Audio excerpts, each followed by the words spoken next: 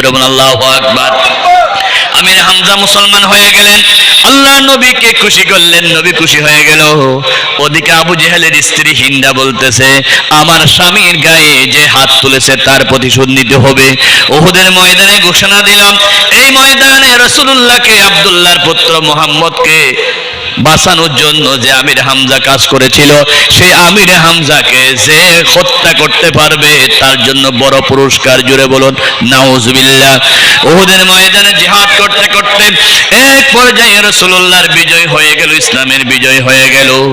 যেই 50 জনকে একটা পাহাড়ের গিরিপথে দায়িত্ব দিয়েছিলেন, সেই 50 জনের কিছু সাহাবা একরাম ইসলামের বিজয় হয়েছে মনে করে সেদিক থেকে ঢুকে গেলেন। ঢুকে উহুদের ময়দানে আমার নবীর পাশে চলে আসলো। আমার নবীর পাশে এসে একটা কাফেরের বাচ্চা আমার নবীর চেহারা বরাবর পাথর মারলেন। ওই পাথরটা পড়ে দয়াল নবীজির কাঁচা দাঁত জমিনে পড়ে গেল। আল্লাহু আকবার। নবীজির মুখ দিয়ে অঝোর ভাবে রক্ত ঝরে, আমার নবী রক্ত ঝরতে ঝরতে একেবারে দুর্বল হয়ে গেল। এমন সময় কাফেরের বাচ্চা জোরে তীর নিক্ষেপ করলো রাসূলুল্লাহর মাথার দিকে। নবীজির মাথায় লোহার টুপি ছিল, লোহার টুপিটা মাথার ভিতরে ঢুকে গেল।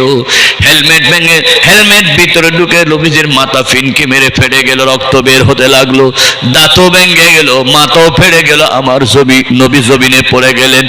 নবীজি যখন জমিনে পড়ে গেলেন, শয়তান উহুদের মাঠে ঘোষণা দিল, কদ কুতিলা মুহাম্মদ, নবী আর নাই, নবী আর নাই, জমিন থেকে নবী বিদায় হয়ে গেছে। এই ঘোষণা দিতে দেরি আছে, কাফেররা খুশি হয়ে গেল, মুসলমানরা দুর্বল হয়ে গেল। আমার নবী যদি না থাকে আর কার জন্য যুদ্ধ করব, নবী তো নাই। কিন্তু হযরত ওমর ডাক দিলেন, হযরত আবু বকর ডাক দিলেন, আমরা তো নবীর জন্য যুদ্ধ করি না, যুদ্ধ করি আমার আল্লাহর জন্য, ঠিক কিনা?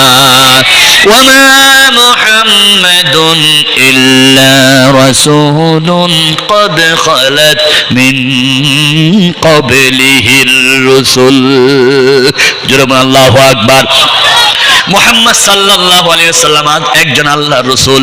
নবী যদি চলে যায় তোমরা কি জিহাদ বন্ধ করবা, ইবাদত বন্ধ করবা?